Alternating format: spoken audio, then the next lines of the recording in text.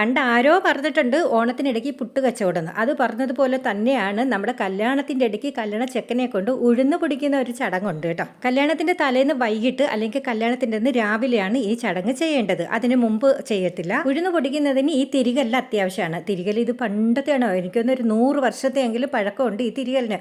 അതായത് പുരാവസ്തുവാണ്. ഇതുപോലെ നല്ല നല്ല ആചാരങ്ങളും അനുഷ്ഠാനങ്ങളൊക്കെ ഒത്തിരി ഉണ്ട്. പക്ഷേ ഇപ്പോൾ കുറഞ്ഞു വരികയാണ്. പക്ഷേ ഞങ്ങൾക്ക് നിർബന്ധമായിരുന്നു ഇങ്ങനെ കല്യാണ ചെക്കനെ കൊണ്ട് ഇങ്ങനെ ഉഴുതാൻ മുഹൂർത്തു എന്നാണ് പറയുന്നത്. ഉഴുന്ന പൊടിക്കുന്ന ചടങ്ങ് നടത്തണമെന്ന്. നവനീതിൻ്റെതും ഞാൻ വീഡിയോ ഇട്ടിട്ടുണ്ട്. ഇപ്പോൾ തേജുവിൻ്റെത് ഞാൻ വീഡിയോ എടുത്ത് ഇടുന്നതാണ്. അപ്പോൾ ദേണ്ട് ഇങ്ങനത്തെ ഒരു കമ്പ് അതിനകത്ത് പിടിച്ച് ഇങ്ങനെ തിരിക്കുന്നതാണ്. പക്ഷേ ഈ കമ്പുണ്ടല്ലോ, നമ്മുടെ നവനീതാണെങ്കിൽ ഇവിടെ ചെണ്ട ക്ലാസ്സിന് കമ്പ് തികയാത്തപ്പോൾ അവൻ അറുത്തെടുത്തതാണ്. ഇപ്പോൾ ഇത് വേറൊരു കമ്പ് ഒടിച്ച് വെച്ചിരിക്കുകയാണ്. എന്തായാലും കൊള്ളാം. കുറേ ജോലികൾ ചെയ്യുന്ന കണ്ടിട്ട് നമ്മുടെ വാടക വീട്ടിലെ ചേച്ചി വന്ന് എനിക്ക് സഹായിച്ചു തരാണ് കേട്ടോ. അങ്ങനെ കുറേ പാത്രങ്ങളും സ്റ്റാൻഡെല്ലാം തേച്ച് കഴുകി വെച്ചു. അപ്പോഴത്തേക്കാണ് ദേണ്ട് അവർക്ക് പണിക്ക് പോകാൻ സമയമായി. തേജു നവനീതും പിന്നെ 2-3 കൂട്ടുകാരുണ്ട്. അങ്ങനെ ഞാൻ വന്നപ്പോൾ നല്ലൊരു ചോറ് കുഴഞ്ഞു പോയി. പിന്നെ ഞാൻ മകരപ്പൊങ്കലായിട്ട് ഞാൻ നല്ലൊരു തൈര് സാധം ഉണ്ടാക്കി കൊടുത്ത് പപ്പടവും വറുത്ത് കേട്ടോ.